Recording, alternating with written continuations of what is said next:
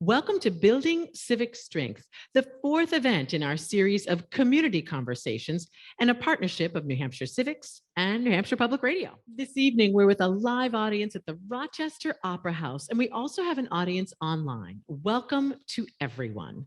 Throughout this series, we've been asking what creates civic strength, what knowledge, skills, and attitudes are needed. Tonight, we'll examine those questions with a focus on information, disinformation, and fostering trust. We have four guests joining us. They are Dave Alcox. For 25 years, he taught social studies at Milford High School. This year, he'll be teaching at Granite State College. Dave, thank you for being here. Also with us is Lovey Olive. She's a member of the Exeter Select Board. She's an active community member and a host of the podcast System with Lovey. That's podcast with an E on the end. Lovey Olive, it's really nice of you to come over to Rochester. Thank you very much. Thank you. Also with us, Bruce Mallory. He's a senior advisor at New Hampshire Listens at UNH's Carsey School of Public Policy, and he's co-author of the New Hampshire Civic Health Index, and we will definitely talk about that. Bruce, welcome. Thank you very much for your time. And also with us is Anna Brown, Director of Research and Analysis for Citizens Count. That's a nonprofit dedicated to giving unbiased information about issues and candidates. And Anna, it's really nice to see you again, and welcome. Great to be here, Laura. Well, all of you, let's start as we always do with the question that is at the very heart of this series, and that is, what are the essential components of civic strength? What do you absolutely need in a civically strong community? And Dave, I'm going to turn to you first, please. Well, thank you. And thank you all. The key component in my eyes would be participation. You can go all the way back to like Alexis de Tocqueville when he toured the country in 1836 to 38, and he wrote Democracy in America. And the thing that impressed him the most about America was the voluntary associations that everybody joined, and that they were part of the community. There was a fabric in the community, and they all came out and shared what we would call communitarianism. So to me, getting involved, getting people out and into the community, part of the classical Republican theory of civic virtue, actually, of the three tenets, that and moral education and small uniform communities, the other two. But getting people involved, I think, is the key to civic participation. How about you, Lovey? What would be on your list of must-haves for civic strength? So very similarly, I'd say access, giving people real access to the issues at hand. Oftentimes when I'm working at the polls, volunteering at the polls, people will come out and say, I had no idea what this article meant. Vote yes on, vote no on. We still use a language that is not necessarily modern to individuals today. And so it's really creating an updated way of educating people of today to understand what the issues are. And so they're not just falling into the trap of, well, that sign was in my neighborhood and there are 10 signs in that say no in my neighborhood, so I'm going to assume that means I should vote no, without really understanding what that entails. So access, education, really creating a way for people to know what the issues are. Well, and information is definitely our focus tonight, so I'm glad you said that. And I myself have gone into the voting booth and said, wait, is this for the highway or against the highway? I can't really tell. You want the cliff notes, like, yeah, what is going to happen if I say yes? What is going to happen if I say no? How about you, Bruce? What are the key elements that you've got to have in a civically strong community? So participation and access don't just happen automatically. And I use the metaphor of infrastructure quite a bit. So we're all familiar with the way we talk about infrastructure as roads, highways, water distribution systems, communication systems. So if we think about civic infrastructure, what would civic infrastructure look like? What are the places and processes and practices that enable participation and access?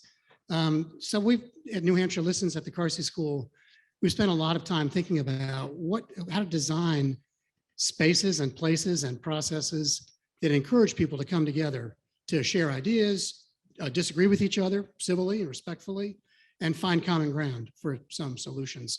So building civic infrastructure is one. The second is what's referred to often as social capital. And the basis of social capital is trust. Social capital references kind of the density of our relationships and interactions with our neighbors, people that we live in the same community with, or our online neighbors for that matter. Do we trust the people that we have elected to office that or appointed to office? Do we trust our neighbors to help us make our community better? And I know we're going to come back to trust quite a bit tonight. And then the third important aspect of strong civic life is transparency and effectiveness. In order for us to trust our government, our decision makers, there has to be a transparent process so we know what they're doing. In the old notion of, behind closed doors or in smoke-filled rooms. Well, luckily they aren't smoke-filled rooms anymore. But too often people feel like they're shut out of the process and simply don't know how it works. And that important decisions are being made without their input, without their knowledge. And then trust obviously erodes when you have a sense that people are making decisions behind your back, or at least without being forthright about the reasons for their decisions, the consequences of those decisions. So transparency leads to better, more effective government and therefore more trust, and creating civic infrastructure for people to come together to engage in important conversations in a space like we're in tonight are all aspects of what's important for civic strength. So a slightly different version of the question for you, Anna Brown. As you know, for many years now, concern has been rising about the spread of misinformation and outright lies in the public sphere, in our shared civic spaces. What's the impact of misinformation, Anna, on community decision-making and ultimately civic strength? Well, the impacts that we have seen in the past 2 years are that misinformation can literally lead to death. And that's sort of a very dramatic thing for me to say when it's the first words out of my mouth tonight. But obviously with COVID-19, decisions one way or another resulted in people dying. And I say that no matter what you thought about different policies that were in place, this was a life or death situation. Similarly, also with January 6th, when we saw the attack on the US Capitol, once again, police, the Capitol Police, some of them died. They were beaten to death by protesters in one case. So in this case, misinformation about what was happening on that day, what our process was in our democracy, literally led to death. And so that's obviously the very extreme of what we're looking at here, but it trickles down. Any other time you have that misinformation, disinformation, you're going to have a falling apart of policies that are going to protect the health and welfare of everyone that lives together in this community. And just a point of clarification, what's the difference, or is there a difference, Anna, between misinformation and disinformation, or can we use those interchangeably? Misinformed, not having the right information available because you just don't know, you haven't read about it, as opposed to disinformation, there might be more of an intent in terms of saying, I'm purposely putting something out there that I know is not accurate. Gotcha. And Dave, I know you have a lot to say here too. What is the impact of misinformation or disinformation on civic strength? Well, I think, as Bruce would say, it's the trust. Like when in Anna, was January 6th legitimate political discourse, or was it an assault on the Capitol? And depending on who you talk with, you're going to have two different points of view. And I think, I like what Anna said about the disinformation versus misinformation, because if you are misinformed, like Jefferson will say, I know no greater depository than the people themselves. And if they don't know what they're talking about, inform them. And that's their discretion, inform them of their discretion. But when you put stuff out there that you know is false, how do you combat that? That is a much, much more difficult hill to climb. And that creates that schism of trust. Because then people are looking at their own political agenda. And I think that's the struggle. So the impact on civic strength weakened, obviously. It's totally, and look at what happened today with the leak of the Supreme Court, Roe versus Wade, with what's, look at now, you believe the Supreme Court's an independent judiciary, and they get their strength by the people's faith in that. Well, what's going to happen tomorrow? Where's the conversation going to go after this about the credibility of the court? Gets to what Bruce said right from the beginning. Civic strength is based in large measure on trust. Lovey, as a local elected official in Exeter, how do you see the impact of people sort of cherry picking their facts affecting civic strength in Exeter? It's obviously on a much smaller scale, but it can still create a lot of tension in a small space. So looking at our even public schools, we have a SAU 16, and when people are misinforming others about what a particular position, like we had a DEI position that was coming into the network, and there were all sorts of claims about what that meant and what that was going to do to students and how that was going to change education, but people hadn't even understood what the position was about. And so that, before it even has a chance to be presented in the proper light, can already create problems for something that hasn't even come into an existence yet. So it's really important for people to take a second and wait and listen before making assumptions about, well, this is what I heard and this is what so-and-so said, and so it must be. And it's like, well, not really. Oh, that's interesting. So a DEI, diversity, equity, and inclusion consultant or job was going to be introduced, So and people this, got all it was a sorts of new job that ideas. It was a job. Yeah. proposed to be created a year ago. And Mhm. before the position even came out officially, people were in uproar. Before the description of the position, when it was just initially talked about, even in the budget process, that we were going to pass the budget so that we would have this position in a year and a half, all of a sudden we had tons of people showing up to meetings, which is a great thing, but they were showing up angry, not knowing what they were really angry about, but they just were angry. Wow. So how do you as a select board member kind of manage that, Lovey? So at the time I was actually on the SAU Budget Advisory Committee. And so when people come with that level of anger, a lot of times what you have to do is simply listen, and you let people get things off their chest, and they just have to say what they're feeling. And you say, I hear you, I understand, I will process this. And then you come back with the actual facts, because getting into a back and forth argument with people who are not ready to listen themselves is not going to get you anywhere. And that's sort of what I've learned in the time that I've been both on the Budget Advisory Committee and the Select Board. You have to navigate that conversation with people so it's not combative, and people sometimes just want to be heard. And once they are, then they can open themselves up to proper discussions. Wow. That's right up your alley. Bruce, what do you think? Coming back to trust, I think about, where do people get their information, misinformation or disinformation? And they get it from their neighbors. They're talking, over the fence, so to speak, or they're doing it over coffee at the local coffee shop. They get it from media, and they get information from the people that they elect, or the people that run, our governments, our communities. So I just want to share a few findings from the Civic Health Index that was referenced earlier, that we published about a year ago, based on data, survey data of New Hampshire citizens over the past many years. And in fact, we've been able to look at people's trust levels over a 20-year time period, because we measured some of these same factors in 2001 and again in 2019. So in fact, when we just even asked people, do you trust your neighbors? That number that has declined significantly since 2001. Now fewer than 50% of people in New Hampshire, when asked, do you trust your neighbors, they say no. And in fact, when people who say, I don't trust my neighbors at all, that figure has grown 3 times over that 20-year time period. Less than 50% of New Hampshire residents trust local media.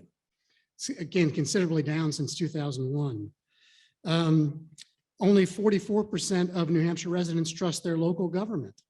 That's down from a little over 50% in 2001. So fewer than half of the folks trust their local government in terms of decision-making, information distribution, and so on. At the national level, you can imagine, of course, it's much worse.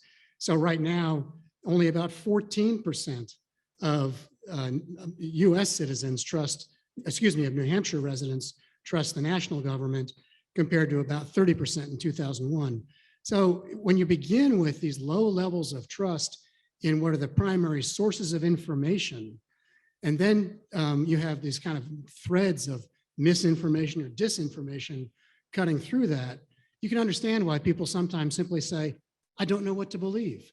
And their response to that too often is to withdraw from civic life, from participation, from access, because they're overwhelmed by conflicting information that comes from sources that they don't trust, and the fact that if they try to go online to find information, again, they sort of get lost, because they run down sort of rabbit holes of information that is very difficult to verify. And so people too often, I think, tend to check out of participation as a function of this kind of maelstrom of sources and trust. Well, and I definitely want to get back to that because I think that's a theme I want to ask all of you about. Some people just retreating from the public sphere because they don't want to deal with nastiness. But Anna, as we talk about information, and I'm very struck by Lovey's story, people being upset, even though not really quite sure what they're upset about. You follow the New Hampshire legislature closely. How does this dynamic affect lawmakers of being, affected by information, misinformation? And what tends to break through those walls, Anna, of people believing different facts? Access and people coming in as individuals. So I think one thing I will note is we did see this past fall that some major disinformation or misinformation, depending on, once again, intent, came into some budget committee meetings where they were using a report that talked about babies with black eyes and a black, I think there were multiple popes and a black, like full on, very kind of out there conspiracy. So we know that this does go into the legislative process and that can be a problem. But I've also seen individual stories, people coming in, whether they are experts in a field talking about, this is something I have seen with patients, this is something they're experiencing, I know about this, I've worked in this for 20 years, and legislators will listen. I've also seen people come in and talk about their personal life stories. And most recently this year, there has been some really moving coverage of a few women who were dealing with very serious complications, medical complications with their pregnancy late in the term. And they were coming in and saying, all right, New Hampshire, last year you passed this a ban on abortion after 24 weeks, and it's having very real consequences in my life that I don't think legislators were thinking about. And telling their stories, legislators we have seen have changed their minds and are revising that law. So I think that misinformation, disinformation, we see it in the legislature, but a lot of times what I see breaking through that isn't just more statistics and more numbers and more of that overwhelming flood, but rather what is my personal story? What am I personally an expert in, and sharing that really on that level one-to-one with legislators. Well, and Dave, I'm curious how you talked with your students about this and what they said to you about it. The idea that what one person might label a lie, another person might say is the absolute truth. Yes, and that happens, and a lot of that depends on your own perspective, your own personal bias. You could ask the average, just from a historical point of view, something as simple in the Constitution as judicial review. You talk to somebody who interprets the Constitution strictly and they say judicial review doesn't exist. You don't see those two words. You talk to a person who has a looser or modern interpretation, and Article 3, Section 2, the Supreme Court shall have all matters of law and equity rising under this Constitution. So like people look at that and say, well, that's what it is. And that's what John Marshall said it was in 1803 too. So it is very difficult. You bring a lot of your past, and obviously this panel tonight is on bias and misinformation, but we all have our own personal biases. We're human, that's what we do. But the way your bias is also based on your perception and your past history. So what you might think might be a lie, like we said earlier, was a legitimate political discourse. Somebody else might say, yeah, it was. And your head might spin around. The struggle, I believe, is that people don't find that commonality anymore. You're either right or you're wrong. And there's no more, let's have a cup of coffee and a donut and talk about this and try to find some common ground without beating each other up. And part of that, I do look at social media as it's easy to be a keyboard warrior instead of having a face-to-face. So how did you talk about that with students? What sort of skills did you try to impart so that they wouldn't fall prey to that? Honestly, I would always say, we had 90-minute blocks in my school, and I would say the minute you walk through the store, you're in a, check your egos at the door, and you're in a safe space. And if you want to have a conversation, we're going to have a conversation, and we're going to be respectful of other people. And I honestly can say that the conversations I would have with 16 and 17 and 18-year-old students were so much more fulfilling and rich in terms of respect for each other than the barbecues I would attend in the summertime. So Well, I'm Laura Knoy, and you're listening to Building Civic Strength, a partnership of New Hampshire Civics and NHPR. I'm speaking with Dave Alcox, longtime social studies teacher at Milford High School, now preparing to teach at Granite State College, Lovey Oliffe, Exeter Select Board member and host of the podcast system, Bruce Mallory, senior advisor at New Hampshire Listens at UNH's Carsey School and co-author of the New Hampshire Civic Health Index, and Anna Brown, director of research and analysis for Citizens Count, a nonprofit dedicated to unbiased information about the issues. We'll be right back with more of this conversation, along with questions from our audience, all recorded live recently in Rochester. So don't go away. I'm Laura Knoy, and you're listening to NHPR. Welcome back to Building Civic Strength, a series of community conversations happening this spring across the Granite State. At each event, we've been asking our guests, what is at the heart of civic strength? We've also been hearing from both in-person and online audiences. So for those of you here at the Rochester Opera House, please hold your question card up so Michael Brindley can see you're ready, and then he'll start inviting people to the microphone soon.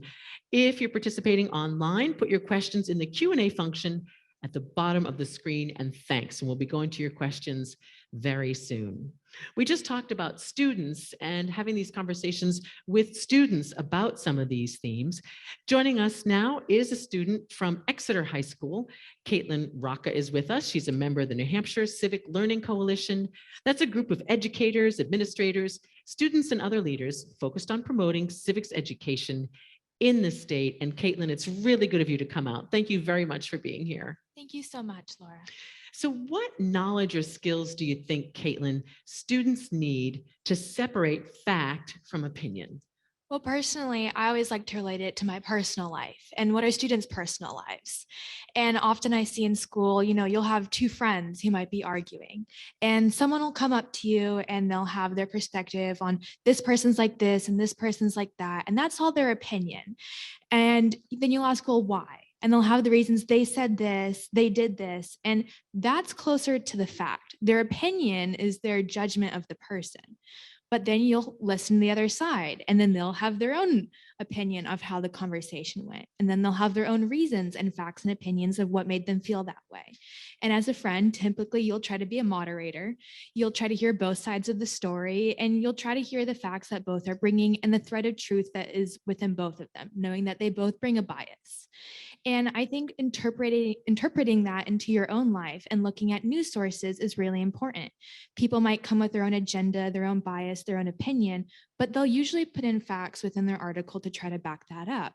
Now, look at those facts, try to pinpoint that, figure that out, and look at sources from a variety of different opinions and different viewpoints so you can try to figure out what thread of truth is within all of them. And then you can see what are your own opinions within that. And I think you mentioned earlier, going back to foundational documents, reading the Constitution, reading the Bill of Rights, finding your own opinion and your own interpretation of those documents that is so important in understanding civics and learning how to be an engaged citizen. So just like two friends, if you had two friends who were in an argument, you, Caitlin, would try and figure out where they were coming from, what their facts were, and so forth. So kind of the same with civic life. Exactly. I think we have so many different views and so many different opinions that we should value and cherish within our community. We need that. The important thing is making sure you're not led just by one person and what their own extreme emotions, but making sure you kind of keep your own individual thought and your own path and listen to them, but not necessarily be led by them. So how much do you think students are getting that? I don't even want to say knowledge, more those skills or that attitude that you have of, deep listening and trying to understand. Well, I like to say that I think most people get that in their day-to-day life. It's just not, we don't necessarily know how to transfer that from our personal relationships to looking at information.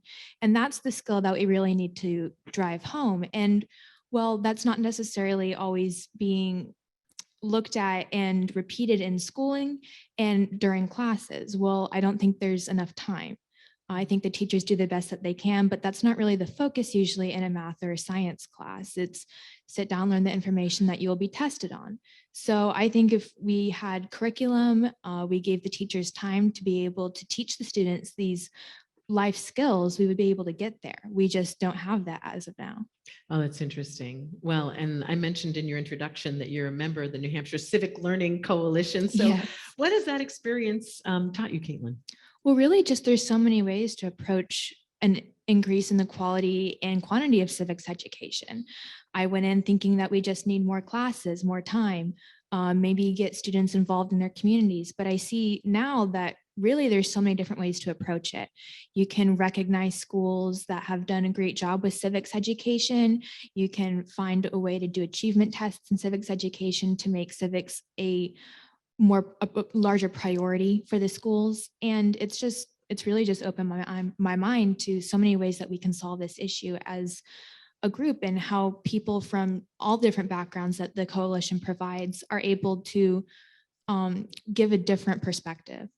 Well, and I'm going to make you chair of the State Board of Education just for one day. So with that title, what policies or changes in public education would you make, Caitlin, that you think would have a positive impact on civic understanding and ultimately civic health?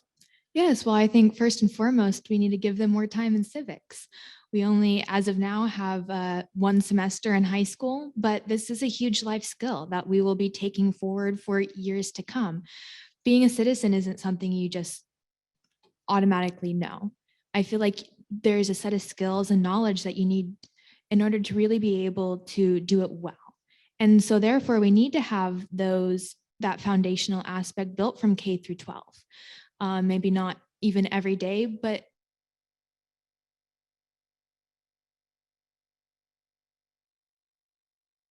or a fifth grader, they might not understand. I would disagree. I've gone and I've spoken to fifth grade classrooms about the Constitution, about getting involved as a citizen, and the excitement that goes to the room is incredible. They're always giving new ways of how they can be tomorrow, how they'll help out planting trees, or how they'll help out their neighbor, or how they'll do this, or how they'll do that. And it's kind of building that excitement. It's making civics cool for the students that they want to see how it relates to their lives. They want to see how it's important.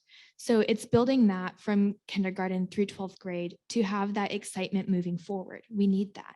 Well, I'm glad you said skills, because as I've really come to appreciate with this series, civics isn't just knowing, how the Senate works and what the articles are in the Constitution. It is a set of skills that you need to engage civically. So I'm really glad that you said that. My last question for you, Caitlin, what role do you hope your generation plays in building civic strength, given the deep concerns that we've heard on our panel? Yeah, so I'd say from what I've seen, being an engaged citizen is kind of a domino effect. We will serve as the role models and the inspiration for generations to come. So if we can show them people who are engaged, who vote, who make their voices heard, who show that they really do play a part in our communities and decision making, I want that message to be transferred on for the generations to come. Well, it's great to meet you, Caitlin. Thank you very much for coming out tonight. Really appreciate it. Thank you so much. That was Caitlin Rocca. She's a member of the New Hampshire Civic Learning Coalition. And wow, Lovey, to you first. Caitlin talked about education and the requirements and so forth, but schools are asked to do so many, many things these days. So what's the responsibility, Lovey, of the wider community to educate children and teens about civics? So my thought as both a parent and a citizen and community member is that we should treat civics like parents do athletics. The same kind of energy that families put into training their kids to be the next greatest soccer player and lacrosse player and ice hockey player. We need to figure out how to incorporate that into the daily lives of community members. Parents need to take part in it, educate your kids, talk to them about elections, talk to them about taxes and why you pay your taxes, talk to them about where the money goes. You have to talk to them about everything. And that has to be part of every aspect of our community. You go into the stores, if there's some connection to someone who's running for office, it should be part of the conversation and we shouldn't run away from it. having talks about politics shouldn't be uncomfortable. The whole notion that you shouldn't talk politics at the dinner table is crazy to me. That's exactly where you should be talking about it. Where else? So I just think it needs to be, it's not a class that you take. It's everything. It's part of who we are and our day-to-day operation and you know, being people in a community. Now, I love the image of, you know, parents frantically taking Jimmy or Joni to hockey. What if they were frantically taking Jimmy and Joni?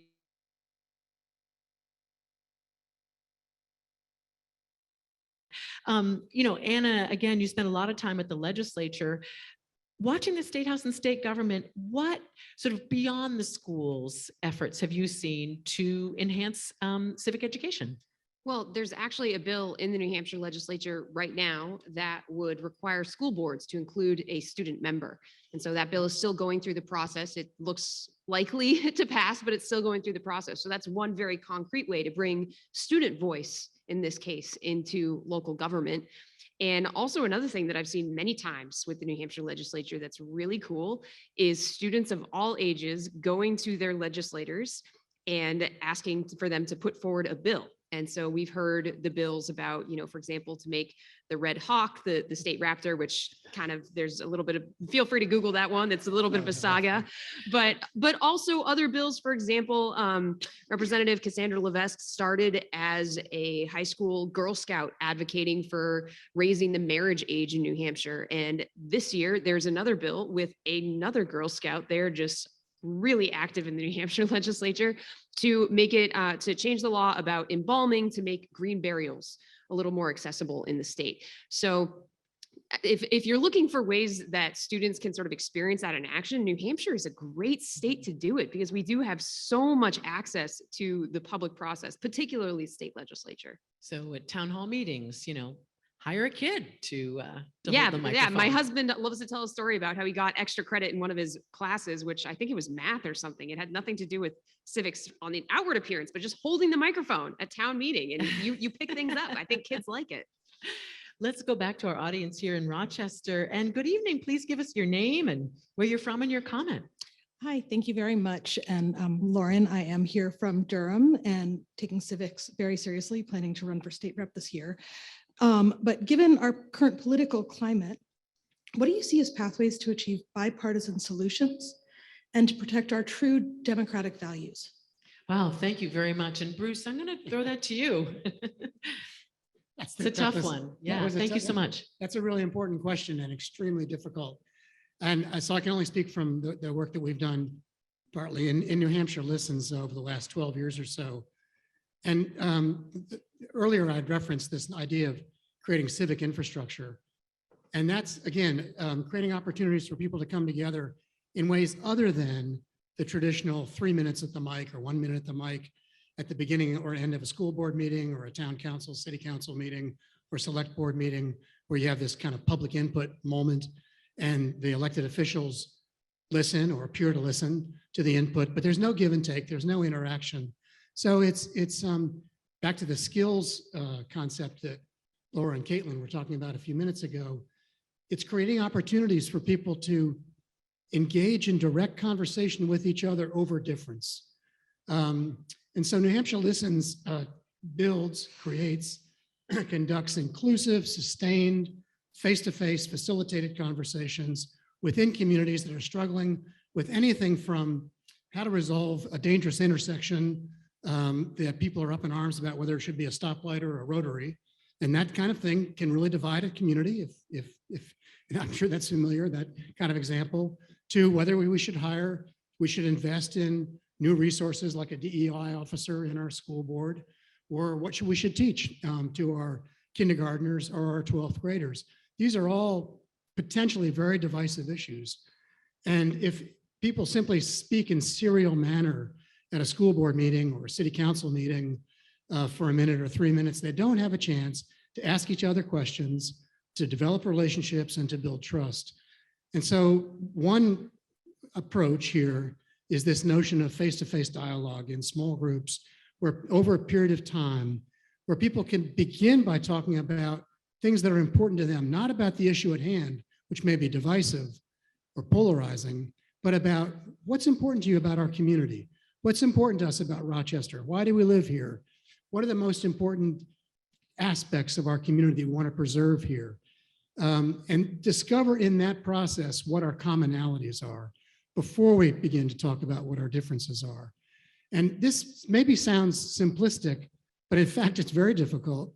And it doesn't happen very often because people too quickly retreat back into their corners in order to stand by some particular political or ideological position that they have that doesn't represent necessarily the core values that they have about their affection for their community, their own families in that community, their neighbors, and so on.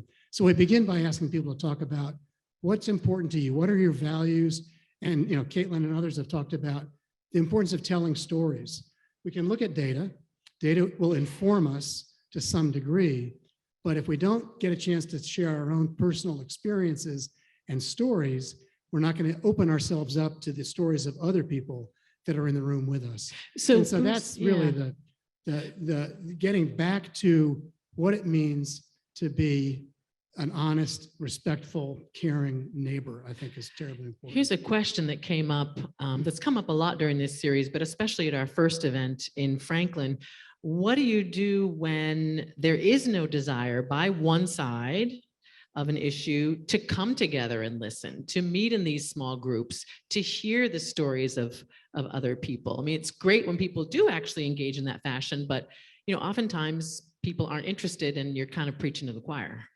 It's a huge challenge, especially it's become more so over the last 5 or 6 years in our highly, polarized culture now, not just in New Hampshire, but of course all over the country. And so before we even were to hold a community conversation, we might spend 9 months or 10 months working with local residents to ask them, what are the questions that you want answered when people come together? Who should be at the table? Who will you invite? Who will you bring to the table to have this conversation with us? So there's a lot of kind of community organizing that happens before a conversation even takes place in order to build trust. Because without trust, then people won't even show up to have that conversation. Right. And these days, it's especially hard to do that. And we know that when it happens, there's kind of a moment, kind of a light bulb moment in the room when people say, oh my gosh, I've never heard that idea. I've never heard what Lovey said tonight. I've never thought about that before. I need to go home and think about that. Without that opportunity, then I'm not going to get to know what Lovey's ideas are. I'm going to continue to assume that Lovey has certain ideas, or Anna does, or David does, or Caitlin does. And so we just have to really work at it very hard over a long period of time. Well, Lovey, go ahead. I can see you want to jump in there. And then I have a question for you too, Super Dave. quick. Yeah. Exactly the same thought, but just to add in, figuring out what it is that people really want, what people are really concerned about, because people are fearful when they hear change. And what you want to say is, what are you actually afraid of? Yeah. Are you afraid that finances are going to change? Are you afraid that you are going to lose something? What's at the core? And I think if we can decipher what the core issues are, then we have an easier time having those conversations and opening up people so they're not just coming in ready to defend what they're not really sure they're defending. Well, thank you again for the question very much. And lots of great online questions coming in. So here's one that I'll throw to you, Dave. Are we doing a disservice to our students when we only teach civics in social studies classes? Should we incorporate civics in all subjects? Thank you for the question. Excellent question. And actually, Caitlin, super responses to a lot of the civic information, and you're in good hands. My only student teacher actually is from Exeter High, and I know many of your department members.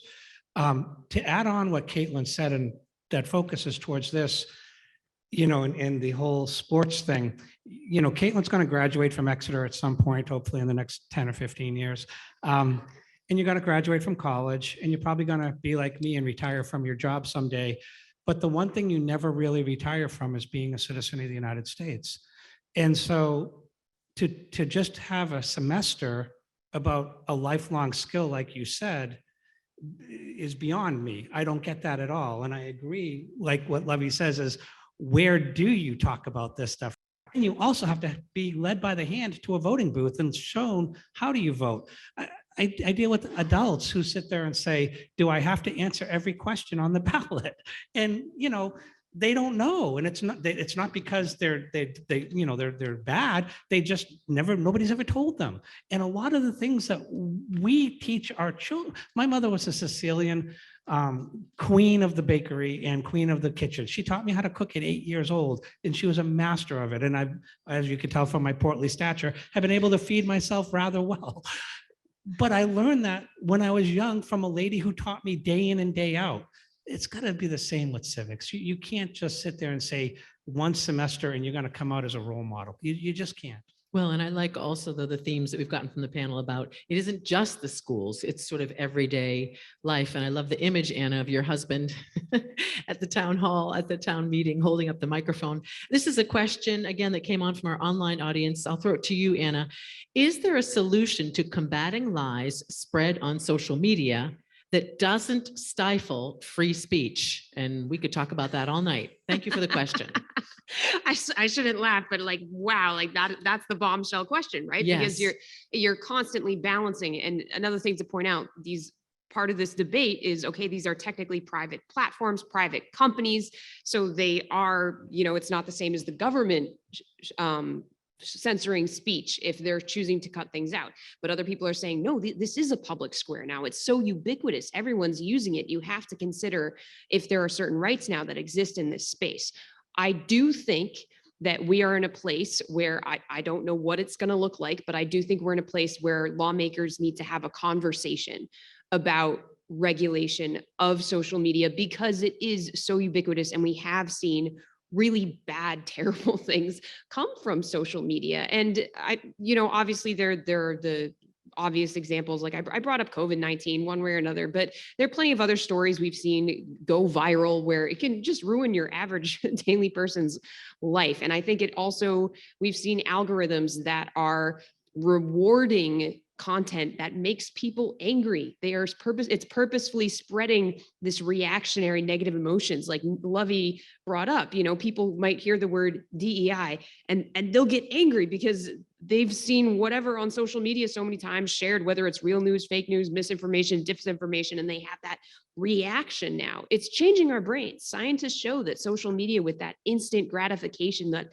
those little serotonin bubble pops, it's changing. So to answer the question of the person, I don't know what it looks like, but I think we need to start having that conversation that this is, in some ways, this is a public square. In some ways, this is a public part of civic life. And so it needs to be part of our government civic conversation. Wow. Dave, go ahead. And just real quickly, if you look at the framers, Madison would hate the idea of the internet. Madison was a champion of speech, but he also recognized that you had to quell speech after you talked about it. In the public square, you could get together, you rant and rave, and then you'd go home and you would chill out. With social media, you're always here. It never goes away. You don't have time to go home, reflect, think a little bit, and maybe calm down because it's always in your face. And, like what you were saying earlier about like, why do we have, you could blame a zillion things, but arguably, having it always out there on your face like that, it doesn't give you opportunity to really digest it. Well, this is an important point. Lovey, and then Bruce, sort of how do you digest it and how do you work through it in your capacities? Go ahead, Lovey. So what I'll say is, and part of where we're lacking is that, and I'll say specifically for the Exeter Select Board, we don't manage it well by combating and promoting the information before people have a chance to go off and chit chat around it. So oftentimes a topic will be discussed at a select board meeting and then the word starts to spread. Well, I heard that they said this at the meeting, and then, and I think if we play a part in how social media functions by actually disseminating information in the same way that people are receiving it, then we can sort of halt some of that misinformation and disinformation that's taking place, because we're still a few years behind, I think, in government when it comes to how information is shared, where everyone's like, oh, well, it's on a, you can read the document and go down to the town clerk's office. Like, who's going down to the town clerk's office to get the document?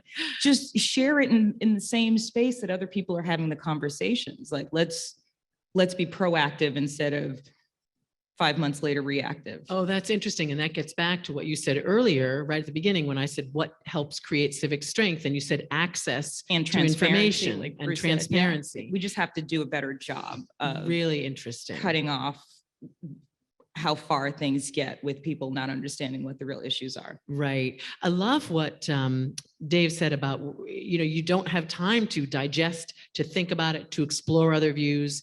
You're always sort of up here. And, we heard that certain algorithms are making us do that because they make more money when we're always on their space and we're always upset. So how do you, I'm starting to feel sorry for you, Bruce. How do you work with that? That's really hard. It is hard. And that's why at least the New Hampshire Listens approach has been to get people together in the same room. Interestingly, starting in, spring of 2020, we couldn't do that anymore, right? Because of COVID. And we had always really resisted the use of technology mediated public dialogue because we thought something would shift. It wouldn't be as authentic. It wouldn't be as real if people are doing it over, over Zoom or other media. Well, it turns out that there are some advantages. It's easier for people to participate if they don't have to get in their car on a cold January night and arrange childcare and dinner and everything else in the evening. If they can just, as many people are this evening, turn on their laptop and participate virtually, there is an opportunity there for broader participation. Now, there's all kinds of challenges here about equity and disparities about who has access to broadband and internet, whether it's rural communities or communities of color or communities that have been marginalized in some other fashion. So there are real limitations to it. And I do want to, I was talking to Anna before we began tonight about how 10 to 15 years ago, a lot of commentators thought that social media through the internet was going to become the great democratizer, right? The great equal distributor of information. So everybody was operating from the same information. You could participate more directly in decision-making and in government. In a lot of ways, the Arab Spring in 2011 sort of was the height of that expectation that now social media will be used for the best purposes for taking down autocratic governments, dictators, suppressive governments, and creating more democratic societies. Here we are 11, 12, 13 years later. And in fact, there's a lot of evidence that social media has become kind of this insidious threat to democracy. And media dissolved the mortar of society and made America stupid. And that's a pretty provocative title. But one of the things that he said was recent studies suggest that social media is indeed corrosive to trust in governments, news media, and people and institutions in general. Social media has amplified political polarization, fomented populism, and is associated with the spread of misinformation. So we have to recognize that we've invented this beast. We're sort of like Dr. Frankenstein, right? We've got this beast and it's now alive, and we do need to think about regulation in order for it to serve the public purpose and not further the kinds of dangers that Jonathan Hates talked about. Well, excellent questions from our online audience. Thank you. And we still have a few more minutes to get in some questions, either if you're watching online or if you're with us here at the Rochester Opera House. We still have some time to get to you. You're listening to Building Civic Strength, a partnership between New Hampshire Civics and NHPR, and we will be right back with more of this community conversation after a quick break. I'm Laura Knoy, and you're listening to NHPR. Welcome back to Building Civic Strength, a series of community conversations and a partnership of New Hampshire Civics and NHPR. In the fourth event of our series recently, we went to the Rochester Opera House. Our panelists were Dave Alcox. For 25 years, he taught social studies at Milford High School. This fall, he'll be teaching at Granite State College. Also with us, Lovey Olive, Exeter Select Board member and host of the podcast system with Lovey. Bruce Mallory, senior advisor at New Hampshire Listens at UNH's Carsey School and co-author of the New Hampshire Civic Health Index. And Anna Brown, director of research and analysis for Citizens Count. Throughout this series, we've been asking our guests, what is at the heart of civic strength? We've also heard great questions from audiences, both in person and online. Let's return now to our conversation in Rochester. And all of you, I want to ask you specifically about New Hampshire. In general, New Hampshire considers itself a very civically engaged state. So Anna, to you first, how would you rate New Hampshire's civic strength on a 1 to 10 scale? Oh, honestly, I'm gonna go and be that annoying person who does like 6.5 because I obviously, I think we've seen problems arising. We just talked about how social media is creating a lot of problems and falling trust. On the other hand, I think New Hampshire still has a really strong tradition of civic participation that goes to our town meeting, the first in the nation presidential primary. That's a whole other debate. We could have a whole other panel about whether New Hampshire should be first. But I do think that growing up as a kid, I know I was brought to campaign events for whatever candidates of whatever party was in town because you might meet the future president and talking about that. So I have a lot of hope for New Hampshire. I think that our state and our people are still really committed to this idea that we're into civics. Civics is cool here, and it's part of what makes us unique as a state. So 6.5. Six from and a Anna. half. Okay, so how about you, Lovey? So I actually, okay, probably going to get in trouble for this.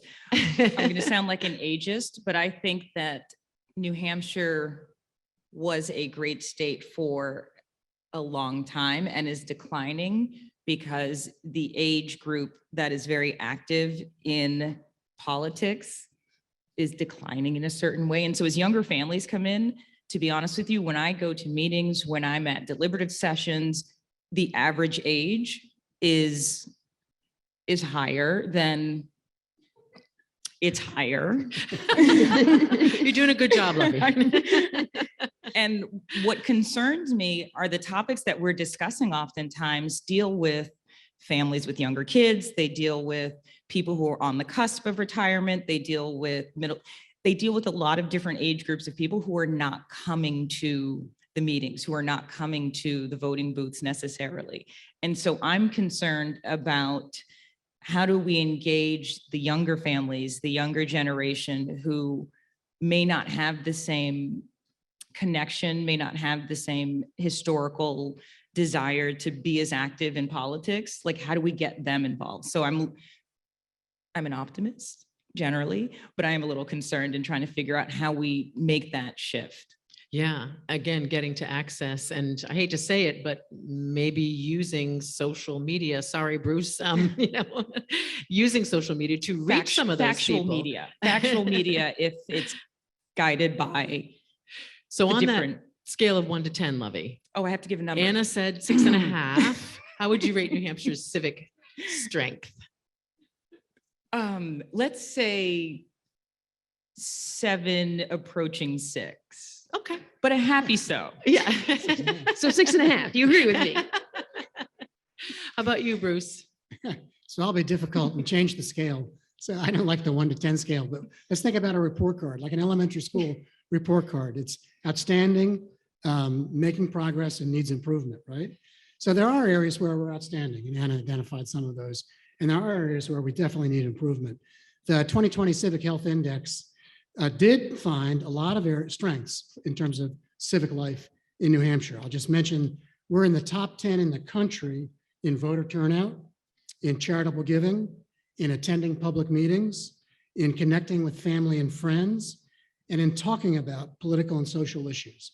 Okay, so we're active, we're informed, we show up, we vote, we give of our own resources when we can. However, we're in the bottom 10 compared to every other state in the country, and in some other areas, like doing favors for neighbors. So we may interact with family and friends, but interestingly, and I was surprised at this finding, doing favors for neighbors we're ranked in the bottom 10. This gets back to the trust point that I was making earlier. Our trust in our neighbors has declined. And I think it's partly because we've pulled back into our own echo chambers and we hang out with people that are like ourselves. And if our neighbors are not like us, we don't interact with them as much. We are in the bottom 10 in helping friends and family with food, housing, or money. I was a little surprised at that one too. Remember, we're a pretty affluent state. So maybe our family and friends don't need as much food, housing, and money as would be the case in other states. And importantly, and Martha mentioned this in the introduction, we are 46th in the country in connecting with people of different racial, ethnic, or cultural backgrounds than our own. And I think that is a really important data point for us to focus on as our state demographically is becoming increasingly diverse, which is a really good thing. And we've always been more diverse than we've given ourselves credit for. But that's, and most of the diversity is in our 18 and younger population in our state. And so the future of our state is a much more diverse, vibrant, ethnically and culturally and linguistically state. And so we better think about ways to build civic infrastructure that enables these connections across difference if we're not going to be at the bottom of that ranking on into the future. So Dave, you're a teacher, so I'll let you do the letter grade. What would you give the Granite State on civic strength? Well, Did you give us an A, a C? First, Bruce, I'm going to quote your study when my daughter asked me for $20 tomorrow. So that'll, we're the lowest, I can't help you now. I think with people like yourself, Martha Madsen, Deli Champagne, I mean, I look at the optimism.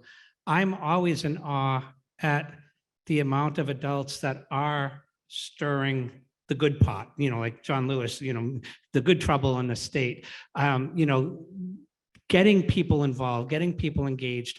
There's a stalwart group of people in this state that really do have civics at their heart. You hosted my students one time on the Parkland shootings, and you've given voices when, with NHPR to so many students that would never have that opportunity. And the same with, Martha and Deli.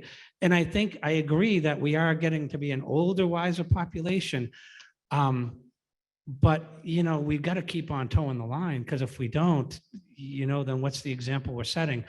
I would give us, I give us higher grades, because I agree with Bruce. Like, we do a lot of really good things in this state. Do we drop the ball a couple of times? Yeah, but we do a really good job. Would I have liked to see more people today? Absolutely, because that face-to-face is where you really get a chance to engage. So I would B plus? Is that what I'm hearing from you? I'd give us an 88. I'd give us an 88 because I would have given us a 94, 95, but I think from the election of 2016 and on, it's kind of soured a lot of people, and it's driven people away, where I'm hoping that, we get to be a kinder, gentler nation down the road. And I hope our state can recover. And if we can lead, that would be amazing. Well, I'm glad you raised the idea of people just feeling, they don't want to get involved in the nastiness. They're soured on civic life. They see people getting savaged on social media, and they just say, I don't want any part of it. So maybe do first, Lovey, but I'd like to hear from everybody. How can we encourage people, young, old, to get more civically involved, given that, sometimes people say pretty lousy things about you that might not even be true? I think the biggest thing is creating the space for people, like Bruce said, the population is changing. You've got people of different races, people of different economic status. And in order to volunteer, because pretty much it's a volunteer position in politics on many levels within the state, you have to either have the financial means to do so, the time to do so, the family support, the friend support. You're meeting early in the morning. You're also meeting at night. You're meeting in the middle of the day. Who meets in the middle of the day for a meeting that's 2 hours long? And then you have a board meeting that lasts 4 hours. There's not childcare. You're not getting paid to do this. So we really have to think actively. If we want really good people with knowledge, skills, passion about our state, the country, how do we create the space for all of the people who have those things, who may not be financially wealthy enough to do it? How do we, we've now gone through COVID, so we were able to do things remotely. We can get creative now. Now it's time to utilize that and figure out how do we make it more accessible for people to be engaged in politics, because, and to be civically minded, because we can do that now. And, that means changing some laws, but I think it's time to have that conversation. So sort of at the local government level, kind of breaking up the old ways of doing things, because if you truly want new people, young Yeah. people, you need to sort of see where they are at and what works for them. Maybe they can't come to a 4-hour meeting. And even just getting people to show up to meetings who have a voice, they can't do that when the meetings are right in the middle of dinner, or the meetings are taking place and they're, so these are the things that may seem like no big deals, but they're huge Sure. for a lot of people. Go ahead, Bruce. I can see you want to jump in Just there. wanted to give an Encouraging example, people just to an get civically example of at involved. the Yeah. local level, a very simple change that the city council in Portsmouth made, starting, I think, a couple of years ago. What we talked earlier about the public comment period, the 3 minutes at the mic or 1 minute at the mic, that doesn't really lead to authentic citizen engagement. So the city council in Portsmouth now, for one of its meetings each month, rather than having a public comment period based on one person after another at the microphone, they set up the room so that groups meet in small circles of 5 or 6 people. Each circle has a city council member present in it, and they'll have a half an hour conversation about the topics at hand, so that everybody gets a chance to both have their say and hear what their neighbors say about it as well, and ask the city council representative questions, and vice versa. The council member can ask those people in that small, informal, more friendly setting about their ideas, and it doesn't become posturing and speech making. It becomes much more authentic dialogue. So there are simple changes that we can make that encourage a sense of welcoming and inclusion in local government processes. Well, and Anna, when people want to get involved at the local level, they need good, fair, accurate information. And just as well as me, more and more, small newspapers are shutting down, stuff isn't being covered the way it used to be at the local level. So how can people, if they want to become civically engaged and they want to be informed, how can they find that information and know that it's accurate? So I will start with the shameless plug. because Absolutely. I'm a nonprofit. So Citizens Count is a good resource if you're looking for information on bills and candidates at the state level on up. So state representative, state senator, executive council, et cetera. We survey everyone and research them for every election year. At the local level, so we would love to go down to counties and towns, but we just don't have the resources. That would be a huge undertaking. And there can be a lot of trouble finding that information. I will say support your local newspapers. They often do interviews with the candidates. They'll have an opportunity for each of them to have a little profile of what their background is. Also, I think people need to use their public libraries more. And I think if you're also looking for good resources about any information in the news or whatever, librarians are trained to help you find good information.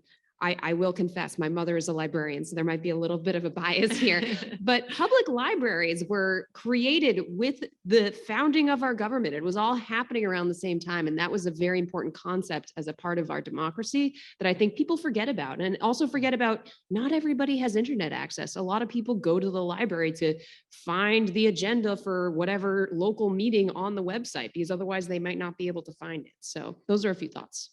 We have one more question from our audience. Thank you for coming out tonight at the Rochester Opera House. And go ahead, please. Give us your name too. My name's Katrin. I'm from Lee, New Hampshire. I'm a select person. And I'm wondering how we can support people who are the first. So as a first woman in a really long time in my town to serve on the select board, it was a pretty terrifying experience and very lonely.